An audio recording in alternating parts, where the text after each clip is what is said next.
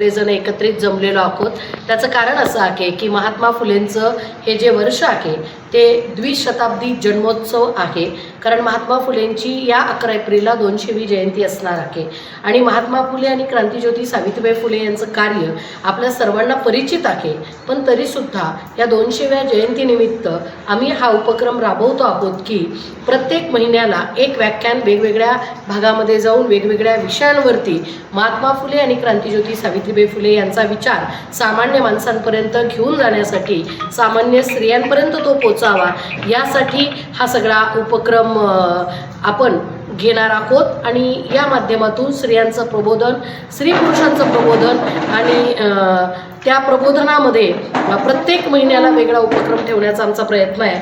आणि आमच्या कमिटीची खासियत अशी आहे की आम्ही या कमिटीचं सगळ्यात पहिलं वैशिष्ट्य असं ठेवलेलं आहे की आम्ही सगळ्या स्त्रिया आहोत संयोजक. एक दुसरं आणि महत्त्वाचं म्हणजे वेगवेगळ्या संघटनेच्या आम्ही सगळ्या स्त्रिया आहोत आणि वेगवेगळ्या जाती धर्माचा सगळा मिळून एक प्लॅटफॉर्म व्हावा आणि यांच्या माध्यमातून सगळ्या समाजापर्यंत जाण्याचं प्रबोधन या देशातल्या ब्राह्मणी व्यवस्थेच्या, पितृसत्तेच्या, पुरुषसत्तेच्या विरोधामध्ये शोषणमुक्त समाज निर्माण करण्यासाठी आम्ही ही कमिटी बनवलेली आहे.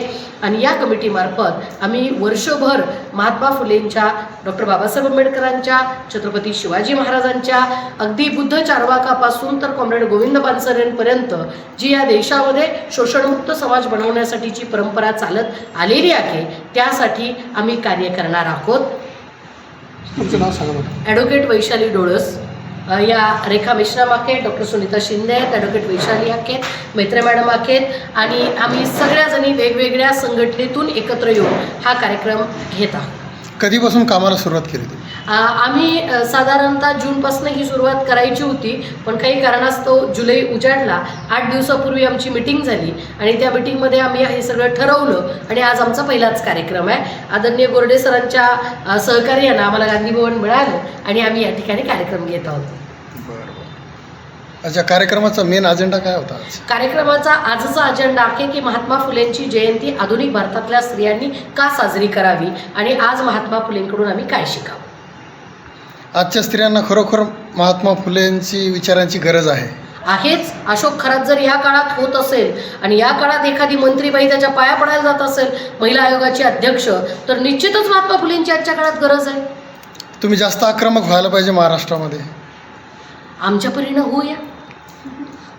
सुरुवात तर केली. अच्छा, ठीक आहे. 2 शब्द बोला म्हणतो. नवीन आहेत त्या उलट बोलल्या पाहिजे. महात्मा फुले जी जयंती साजरी करायची या निमित्ताने आम्ही सगळ्याजणी एकत्र आलेलो आहोत. तर समाजात जे बदल आवश्यक आहेत, सगळ्यात महत्त्वाचं स्त्री जागरूक झाली पाहिजे आणि स्त्रियांनी नेमकं कसं वागलं पाहिजे की फक्त कर्मकांडाचा पायंडा न पाडता समाजात सर्व मूलभूत सोयींसह स्त्रियांना कसं प्रगल्भ करता येईल याच्याकडे आमचा जास्त दृष्टिकोन राहील. आणि काय मॅडमची 200 वर्षानंतरही जेव्हा शिक्षण महात्मा ज्योतिबांनी आम्हाला दिलं आहे तरी आम्ही शिकलो, पण किती शिकलो हे अजून हे आम्हालाच कळत नाही. कारण शिक्षण आम्हाला फक्त पदवी दिली, प्रत्येक क्षेत्रात आम्ही तिथपर्यंत पोहोचलो. आज अनेक महिलांना म्हटलो की चला आपला एक कार्यक्रम आपण ज्योतिबांचा घेतो आहे की जो द्विशताब्दीनिमित्त आम्ही सुरू केला आहे. तर त्यामुळे आमचे पती वारीला गेलेले 15 दिवसानंतर आज येत आहे. मग आज येत आहे म्हटल्यावर आम्हाला त्यांच्या स्वागतासाठी थांबायचं आहे.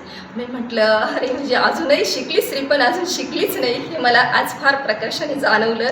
आणि मला वाटतं की प्रत्येक स्त्रीने जरी आपले पती बाहेर गेले असतील 15 दिवस तर आपण त्यांच्यासाठी काढले, घर सांभाळले, तर आज फार समाजात गरज आहे स्त्रीची की तिने जागरूक झालं पाहिजे. जे समाजात आज आपण बघतोय की जो अन्याय अत्याचार चाललाय स्त्रियांवर, त्यासाठी तर तिने स्वतःसाठी तरी तेवढं सक्षम राहायला पाहिजे. एवढं बोलते. माझं नाव डॉक्टर सुनीता शिंदे, सावित्री शक्तीपीठ संघटनेचे अध्यक्ष.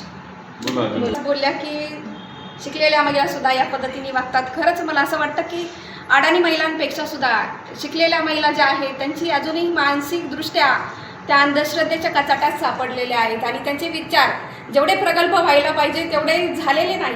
सावित्रीबाईंनी जर आपल्याला इतक्या वर्षापूर्वी 150-200 वर्षापूर्वी जर आपल्याला शिक्षण दिलं, त्या काळात तशी परिस्थिती असताना सुद्धा एवढं समाजासाठी झगडून लढून त्यांनी जर आपल्याला जर शिकवलं तर आज वैज्ञानिक युगामध्ये महिलांनी विचार करायला हवा की आपण कोणत्या काळात जगत आहोत. जर महिलांना पूर्ण स्वातंत्र्य आहे, आपण म्हणतो की स्त्री आणि पुरुष सर्वांना समान समजलं पाहिजे. डॉक्टर आंबेडकरांनी पण महिला आणि पुरुषांना जर समान दर्जा दिलेला आहे, मग आपण शिकलेला असताना पण आपण मागे का पडतो.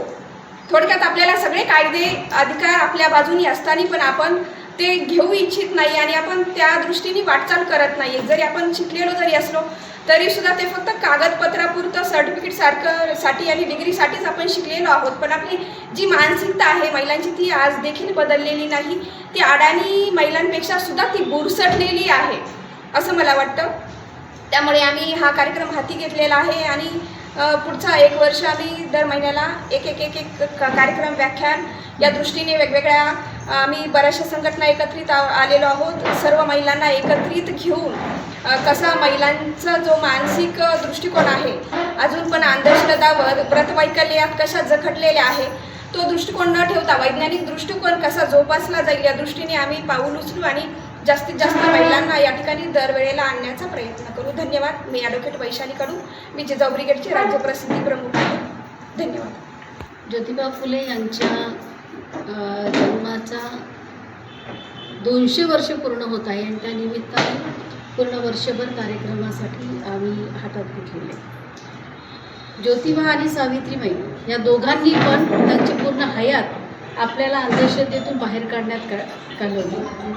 त्यांचं जे शिक्षणाचं वेळ होतं किंवा त्यांना असं जे वाटत होतं की इथला जो समाज आहे हा समाज शिक्षित झाला पाहिजे, इथली स्त्री जी आहे ती शिकली पाहिजे आणि केवळ अक्षर ओळखतीनं नव्हे तर तिने मानसिकदृष्ट्या आणि तिच्या बौद्धिकदृष्ट्या तिने वैज्ञानिक दृष्टीचा कास धरला पाहिजे आणि तिने स्वतःलाच नव्हे तर तिच्यासोबत कुटुंब आणि समाजाला देखील शिक्षित केलं पाहिजे. इतकं मोठं जर त्यांचं काम असेल तर मला असं वाटतं की आजच्या 200 वर्षानंतर देखील आपण कुठे आहोत याचा जो काही लेखाजोखा आहे तो आपण बघितला पाहिजे.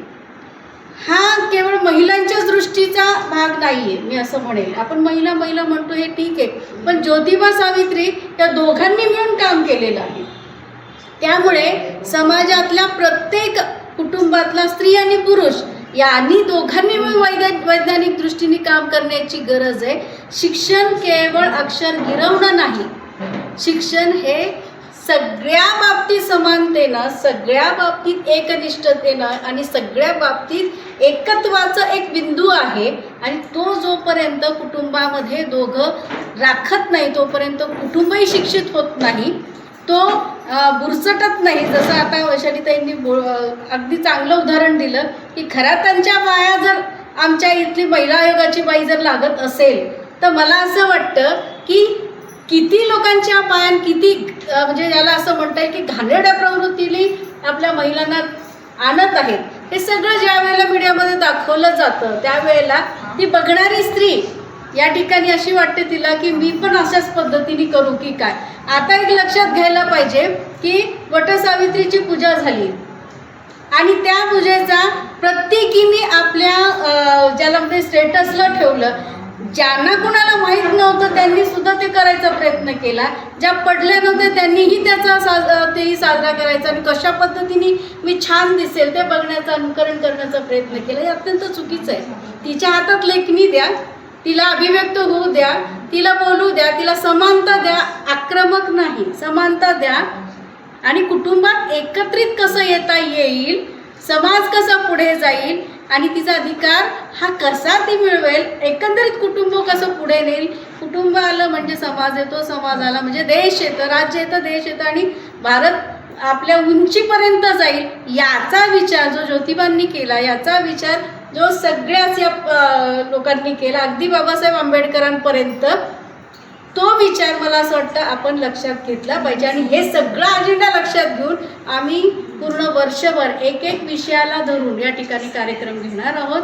आजचा हा आमचं पहिलं कार्यक्रम असणार आहे, पहिलं पुष्प आहे आणि आम्ही संख्येने जरी कमी असलो तरी आम्ही मोठ्या संख्येने आता पुढे वाढणार आहोत. धन्यवाद.